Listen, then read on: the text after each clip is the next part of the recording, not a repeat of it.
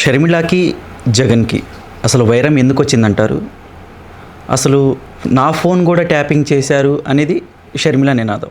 ఎవరు అది ఎప్పుడు 18-19 సంవత్సరం గురించి చెప్తుంది అమ్మాయి. ఏమైనా తెలివితేట ఉందా? అమ్మాయికి ఏమైనా బేసిక్ లాజిక్స్ ఏమైనా వాడుతుందో లేదో ఒకసారి కనుక్కోండి ఎవరినైనా. ఎందుకంటే 18-19లో అమ్మాయి తెలంగాణ ఉందా జగన్మోహన్ రెడ్డి గారితో. ఈ మధ్యన అడవాడు ఎక్కువే ఎలక్షన్స్ ముందు తెలంగాణలో పార్టీ ఉద్ధరించడానికి పెట్టి తర్వాత వెళ్ళి ఏ తండ్రికి అవమానం జరిగిందని ఆనాటి అన్నా చెల్లెళ్ళు తల్లి విభేదించి వచ్చిన ఆ పార్టీ సన్నిధానంలో చేరిన వాళ్ళ క్రెడిబిలిటీ ఏంటో ఒకసారి ఆలోచించుకుని మాట్లాడమనండి. రెండోది, అసలు నీ ఫోన్ ట్యాప్ చేసి ఎవరికి ఉద్ధరించడానికి నువ్వేమైనా పెద్ద తీసిమార్కాన్ని రాజకీయాలన్నీ చేస్తే నీ పార్టీలోనే మొహమ్మద్ ప్యానెల్ చేయాలి, నువ్వు ఇంటికి వెళ్ళి పక్కెళ్ళి ఆడుకోమ్మా మాకు అవసరం లేదని చెప్తున్నారు. అలాంటిది ఇవాళ ఈవిడ ఫోన్ ట్యాప్ చేయడానికి ఎందుకు? నీకు డైరెక్ట్గా మీ ఆయన వెళ్ళి నాకు గన్నులన్నీ నాకు అప్పచెప్పాను గవర్నమెంట్ రాగానే గెట్ అవుట్ అని చెప్పిన ఉదంతో నాకు తెలుసు. ఇంకా మళ్ళీ దానికి ట్యాపింగ్ ఎందుకు? స్వయంగా నా ఫోన్ ట్యాపింగ్ చేసి ఏడు చేయడానికి స్వయంగా నీ ఫోన్ ట్యాప్ చేసి నిజంగా ట్యాప్ చేసి నీ మీద అడ్డమైన చెత్త చేసిన బాలకృష్ణ గారి ఇంట్లో జరిగిన దానికి దిక్కు దేవాలని లేదు ఇవాళ. ఇంకా అలా వెనకాల అలా భజనలు చేసుకొని తిరుగుతున్నాను. అసలు నీ ఫోన్ ట్యాప్ చేస్తే ఎవరికి ఉపయోగం? నా పార్టీకి ఏదైతే ఫండ్స్ ఇస్తున్నారో ఆ బినామీని జగన్ ఫోన్ చేసి బెదిరించినట్లు ఏ పార్టీకి ఏ ఫండ్స్? తెలంగాణలో పెట్టిన పార్టీకి ఫండ్స్ కూడా ఇచ్చారట ఎవరన్నా? ఫండ్స్ ఇచ్చే వాళ్ళకి జగన్ బెదిరించినట్టు ఫోన్ చేసి బెదిరించినట్టు కేసీఆర్ చేత చేపించినట్టు. సో ఇవాళ అలా అంటున్నారు షర్మిల గారు. ఎన్ని వందల కోట్ల ఫండ్స్ ఇచ్చేస్తారు నాకు తెలియనివి. ఫస్ట్ ఆఫ్ ఆల్ డబ్బుల కోసం తిప్పల కోసమే పార్టీ పెట్టారు.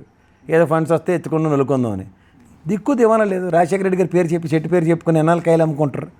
ఇక్కడ ఎవడన్నా ఒక్కడ పనికొచ్చినాడు జాయిన్ అయ్యాడే. నాకు తెలిసి కోమటిరెడ్డి బ్రదర్స్ ఉన్నారు, పొంగులేటి గారు ఉన్నారు. ఇలాంటి వాళ్ళందరూ వీర విధేయులు రాజశేఖర రెడ్డి గారికి. బట్టి విక్రమార్క గారి కన్నా గొప్ప వ్యక్తి ఎవడు లేడు రాజశేఖర రెడ్డి గారి విషయంలో. ఆయన ఇంట్లో ఎంత పెద్ద ఫోటో ఉంటుంది. ఇప్పుడు కూడా ఆయన అదే పంచకట్టు ఫాలో అవుతాడు, ఆయన్నే ఫాలో అవుతాడు. రెప్లికా ఆయన రాజశేఖర రెడ్డి గారికి ఏది వేషధారణలో. అలాంటి అయినా నీ పక్క కనీసం ఏటమ్మా అని కూడా మాట్లాడలే. ఎందుకు ఊరికే పకోడి కబుర్లు చెప్పి ఎవరికి కాలక్షేపం చేస్తావు తల్లి? Time waste. నాన్నగారి పేరు చెప్పుకున్నావు, ఏదో కాంగ్రెస్ సన్నిధానంలోనూ సంతోషించు, కాలక్షేపం చేసుకో. ప్రతిసారి ఇక్కడ ఏదో ఉన్నాను అలా అక్కినే నాగార్జునలా నేను ఉన్నానని పెద్దానికి తగులుకోకు. చిన్నప్పుడు మా సినిమాలో అంకురంలో రేవతి ఎవరాలని ఇవ్వరు. అంకురం సినిమాలో రేవతిలాగా పెద్ద దాంట్లో నేను ఉన్నానని వెళ్తే లేని తలకాయ నొప్పులు వస్తాయి.